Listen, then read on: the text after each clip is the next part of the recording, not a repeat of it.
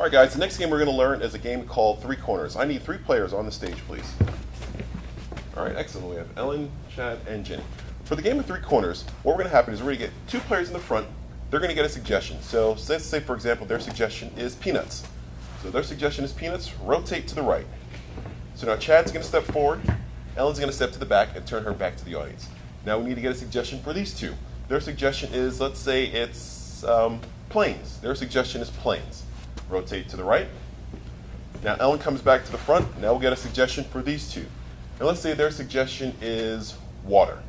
So what's going to happen now is these performers are going to perform scenes for you based on those suggestions. Now the MC or the host is going to be off to the side blowing their whistles, and they will say rotate right or rotate left. So players, please recap what your suggestions are.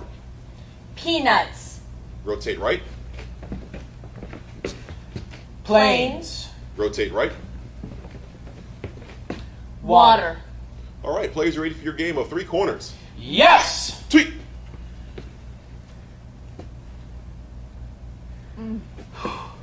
Can't believe it's 105 today. I know. You really shouldn't be watering the lawn. It's gonna boil it.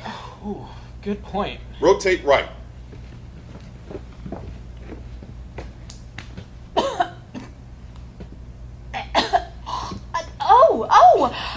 Choking. That's the national sign for choking. I'm having an allergic reaction. Allergic reaction. Was it the mayonnaise or the lettuce or the? Wait a second. Rotate right.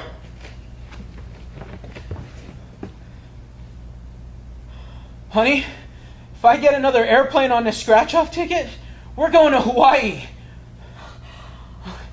Okay, I'm ready. Rotate right. But doesn't this feel refreshing? Oh, yeah. Ooh, watch my apple a little bit more. It's getting gross. Rotate left. Get your grass skirt, honey. We're taking a honeymoon we never had before. Oh, I'm so excited. Where can we get a grass skirt? All right, and that is time. That is the game of 3 corners. Now, keep in mind that the player in the back should stay absolutely still because we don't want them to be a distraction at all. So, that was a pretty good round. Let's hear it for the players. You can clap for them if you want. They can't hear you, but that'd be good anyway. Good job, guys.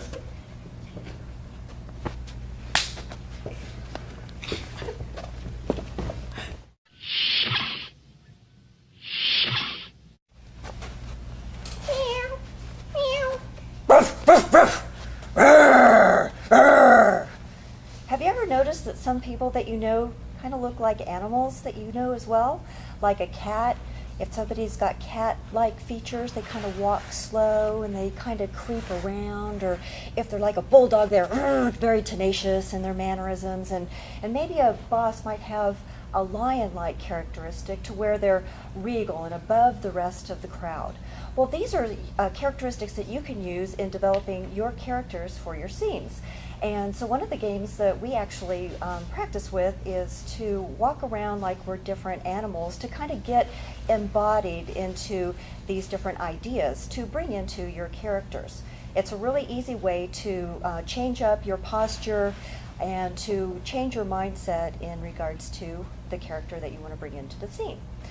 Another way that you can also change up your character is to develop like a limp.